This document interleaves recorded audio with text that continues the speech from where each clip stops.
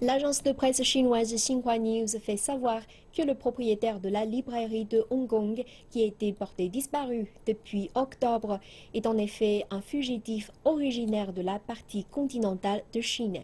L'agence de presse ajoute que Gui Minhai s'est rendu de son propre chef à la police de la partie continentale de Chine l'an dernier. Il s'était enfui après avoir été condamné pour avoir causé un accident mortel.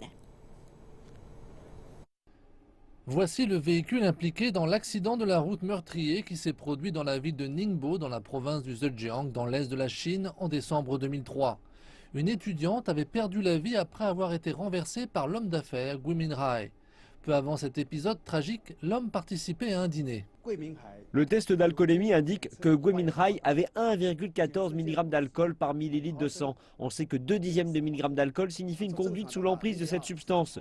0,8 mg indique une conduite en état d'ivresse. Le résultat de l'examen veut donc dire qu'il était ivre lorsqu'il conduisait à ce moment.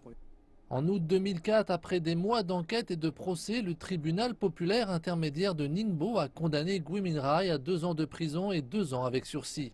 Mais 3 mois plus tard, le condamné s'enfuyait à l'étranger. Son nom figure d'ailleurs sur la liste des fugitifs recherchés par la sécurité publique chinoise. Il n'a pas été appréhendé avant de se rendre en octobre dernier. Il déclare regretter sa décision, un choix qui l'a plongé dans la dépression et a fait endurer des années de douleur à sa famille. Je suis un fugitif.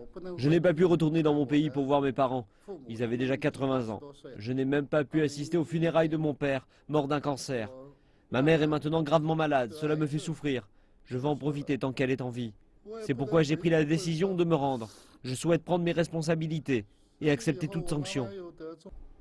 Gui Minhai, qui est un ressortissant étranger, a également appelé à respecter son choix.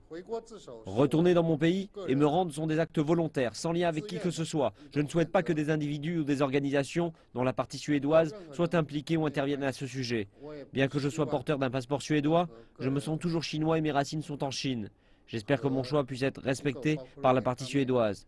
Je souhaite que mon droit à choisir et celui à la vie privée puissent être respectés et qu'on me laisse faire face à cette question.